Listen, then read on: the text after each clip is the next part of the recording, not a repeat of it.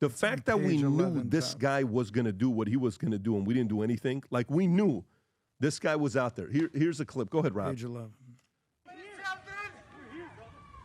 We're here. We can't do nothing about that. We can't do nothing.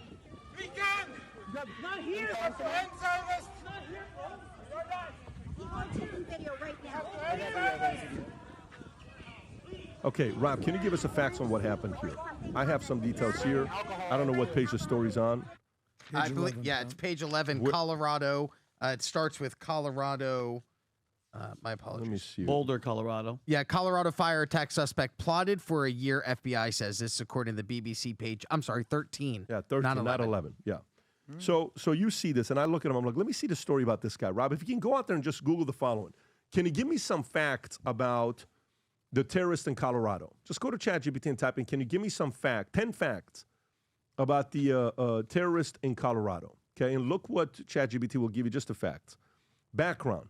Mohammed Sabri Solomon, a 45-year Egyptian national who has been residing in Colorado since August. He entered the U.S. on a B1 visa, B2 tourist visa in August of 2022, which expired February of 2023. Although he applied for asylum in September of 2022 and received work authorization in March of 2023, his permit expired March of 2025, rendering his presence in the U.S. unauthorized. Nature of the attack. Solomon attacked participants of a peaceful pro-Israel demonstration called Run for Their Lives at the Pearl Street Mall in Boulder. He used a makeshift flamethrower and Molotov cocktail, shouting phrases like Free Palestine and End Zionists during the assault. Casualties. 13 individuals ages 52 to 88 were injured in the attack, including an 88-year-old Holocaust survivor. One victim remains in critical condition. Solomon himself sustained injuries and was hospitalized. Premeditation. Solomon confessed to planning the attack for over a year, initially intending a mass shooting. He resorted to incendiary devices.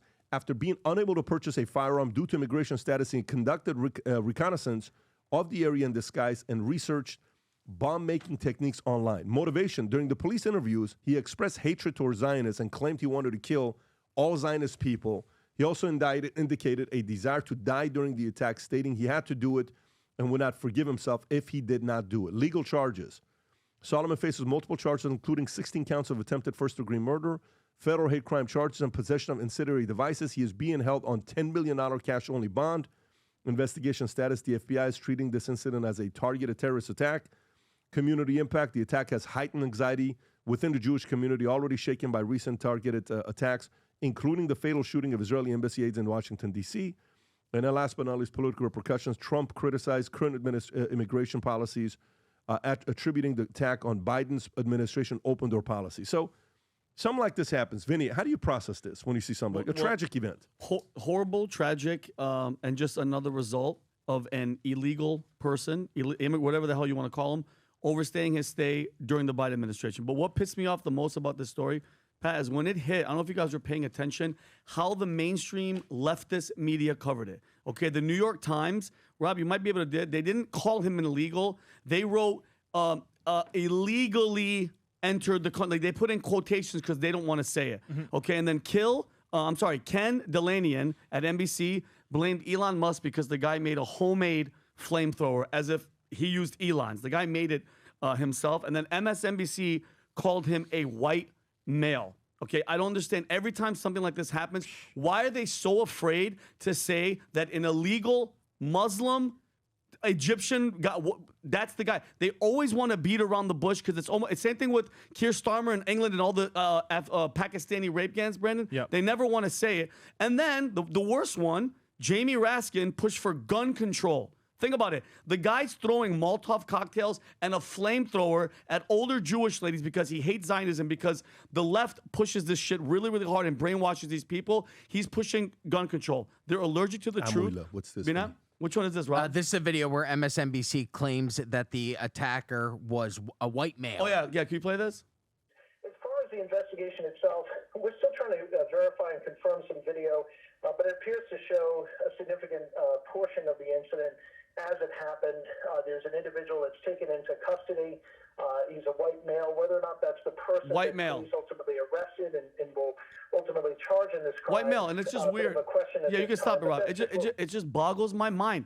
Every time this happens, you know what's going on. You know what he's screaming. You know what he's doing. They never want to say, this guy was a Muslim dude yelling and hating Jewish people. And this, I'm telling you, this thing is starting to get out of control because it's happening more and more and more. And Tom Homan came out a couple of days ago, Pat, and he was saying, you guys do not have any idea what's coming. This is Thomas Homan. You saw it? Thomas Homan is saying, even if you go try to get all these people, do you know how many of these people? Remember that guy that we talked about that said, soon you're going to know who I am. The guy that was a known terrorist. And this is the clip with him. I don't think America, and by the way, he's not a fear monger. Thomas Homan's not the guy. He's just spitting facts as how it is. You have no idea what's coming down the pipeline. We're getting a taste of what these people are going to do. Adam, you like kind of touched on it. This is it, Rob. Is this the clip? The one that you sent of Yes. Tom Homan? Is this him? Yep. Pat, can we play? Yeah, of course. Let's get your first reaction, your first public comments on this issue out in Colorado. You know, me and you have been talking about this for years, Sean. I mean, I worked for the network just before I came back to the second Trump administration. And I've said over and over again, you know, what scares me about the southern border, the sex trafficking, right? Sky high. The Americans dying from fentanyl. The people, you know, all the drugs coming across, all the sex trafficking, all the smuggling. And I said what concerned me the most This is it. was they created the biggest national security vulnerability this country's ever seen. Not only did 2 million known gotaways, 2 million people cross the border, we don't know who they are, where they came from, we don't know where they are now. On top of that, even through the legal process, the Biden administration were bringing people unvetted, handing out work visas like they're candy, while they sat here and planned something bad. We are going to be dealing with this for the next 10 years. Because of the chaos they created in 4 years. We're out there kicking butt. We're wrestling. And a then lot Rob, of pause it. criminal I know aliens. Brandon wants to say something. Brandon, your thoughts? Yeah. Yeah, no, so like what the hell is the Patriot Act for? Like we gave up everything and supposedly like they could look at everything that we do and this stuff happens constantly. Like how is it that businesses can serve ads onto our phone? Like if it simply hears us say the name of a product and we get flooded with ads, but you can't find somebody if they start typing in how to make a at-home fire, whatchamacallit, like a flamethrower, or like how do I perform a terrorist attack, or start typing in things that would automatically trigger that. Like how do school shootings happen? How do terrorist attacks happen? Like, and, you know, they always say that we can't say how many attacks the Patriot Act has stopped because that's a matter of national security. But like, was it even like a good trade-off? And you know, we're like working towards stuff that's more like the Patriot Act, but you know, it's not showing a good return on like what we gave up in return for. We're like, it's supposed to be that we gave up freedom in return for safety, but they're not showing that. Like, so I don't know how the FBI let stuff like this happen. And they gave out government cell phones to these people who came across the border illegally. So how, like, again, how are they not able to track that stuff on their phones? Well, So but Brandon, it's crazy this could happen. I think sometimes they're using those cell phones to let them know, like, hey, listen, whenever we need you, we're gonna hit you up. Do what you have to do. That's that they did it to track them, but who knows how many of them that they let in that they're working for them. Like, hey, listen, when everybody's acting too calm and Trump's getting too popular, we're gonna give you a call. Go here and do this. So that was DHS though. Like this is new DHS. So like you would think that they would like be doing different things with that cell phone data. Yeah, but I'm saying, well, I mean, who knows what the hell they, you know what I mean? But those people have already been set up, and I'm telling you right now, they're just waiting. Those people are waiting, and this next 3 years is going to be very, very scary and very interesting. Sometimes there's stories inside the story, and one of the things I looked at, and it's just like, Jamie Raskin, you know, why don't you come on and debate some of these things you're talking about? Because you go on there and you're talking about gun control. He didn't have a gun. He was unable to purchase a gun, which means some gun laws apparently worked that prohibited from getting a gun to commit a mass shooting.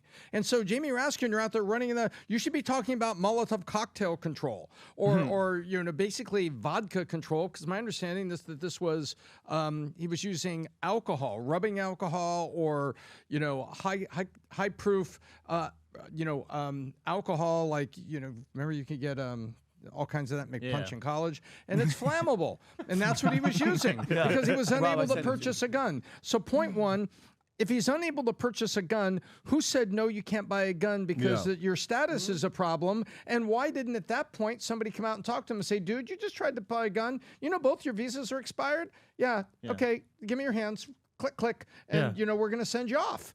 I'd like to know, how did those two things happen? One is good, he couldn't buy a gun, but the other was, isn't that a flagging moment where we now come back and say, what are we doing? Adam.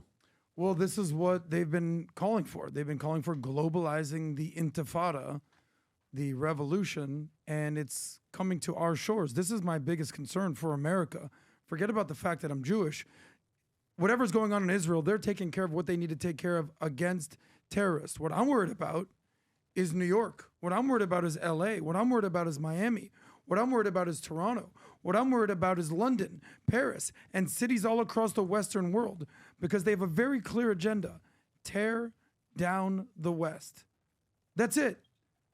So this whole global intifada from the river to the sea, when half the people can't even figure out what river or what sea they're even talking about, when they globalize the intifada, then you have this guy, this Egyptian illegal, who shows up in our country and tries to burn down older Jewish ladies and people that are walking. So and then he claims, I don't hate Jewish people. I just I don't like Zionism. Tell me what the difference is, buddy. What's the difference? Because Zionism is a very simple definition. And believe me, I've been called a Zio a million times, proudly. All it is the belief that the Jewish people should have a homeland in the land of Israel. By the way, it already happened. It's here. It's done. So the whole concept of oh, you're just a Zionist or whatever it is, it's like they just have a homeland. That's like saying, the Vatican should be the home for Catholics. I saw a clip the other day. I saw a clip the other day that was so funny. Rob, if you can pull this up. The Gays for Gaza, the whole movement that they're protesting for Free Palestine, Free Palestine. Yeah. The Gays for Gaza met their match, a Muslim woman that's really protesting for Palestine. It's like, hey, you're not our type. Get the hell out of here. Oh, Watch really? This. Watch this.